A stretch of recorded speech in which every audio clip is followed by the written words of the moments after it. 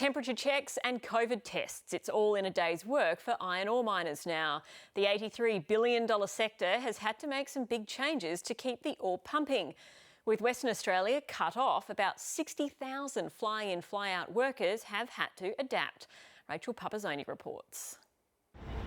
Sintra James is on her way to work at BHP's South Flank mine in Western Australia's Pilbara.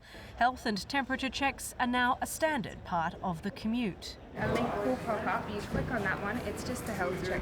Ms James works more than 4,000 kilometres away from her family, who's at home on the other side of the country in Cairns. When West Australian Premier Mark McGowan announced in March he'd be closing the state border, she had just 24 hours to decide to relocate to Perth to continue her fly-in, fly-out job. We made the decision for myself to come over to Western Australia and my family would stay in Queensland. Ms James's roster also changed, just as it did for WA's 60,000 FIFO workers when COVID-19 government restrictions were introduced. She's now at site much longer than she used to be, which means a lot less flying.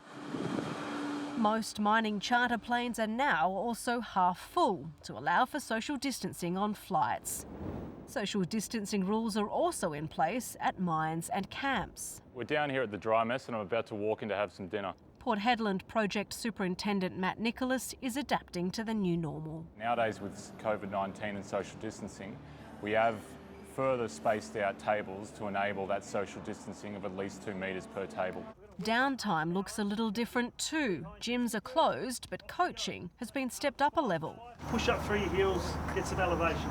West Coast Eagles staff who've been stood down during the COVID shutdown, like former captain Darren Glass, are now running training sessions at FIFO camps.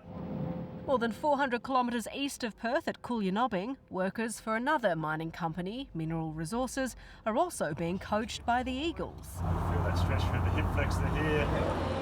All Mineral Resources workers undergo a full COVID-19 swab test in Perth before they're cleared to travel to work.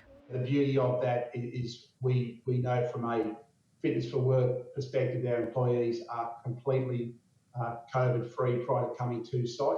About 500 workers are tested every day. So far, they've all been clear of COVID-19.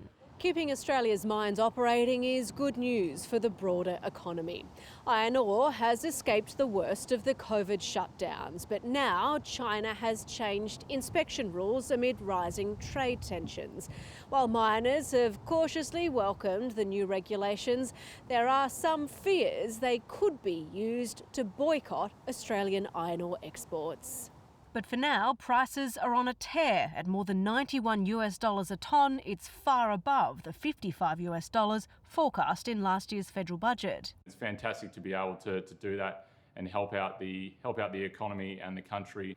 Fortescue Metals Group workers are also on longer rotations at site, social distancing on flights and undergoing health screening. It's actually less about cost. I mean, the health and safety of our team members is our priority, so we're not thinking about it as a cost. There's no sign when WA's borders will reopen, but the Premier hopes interstate FIFO workers will permanently move to Perth even after the restrictions are lifted. Well, what we're saying is we want to incentivise people with big incomes who work here to stay here.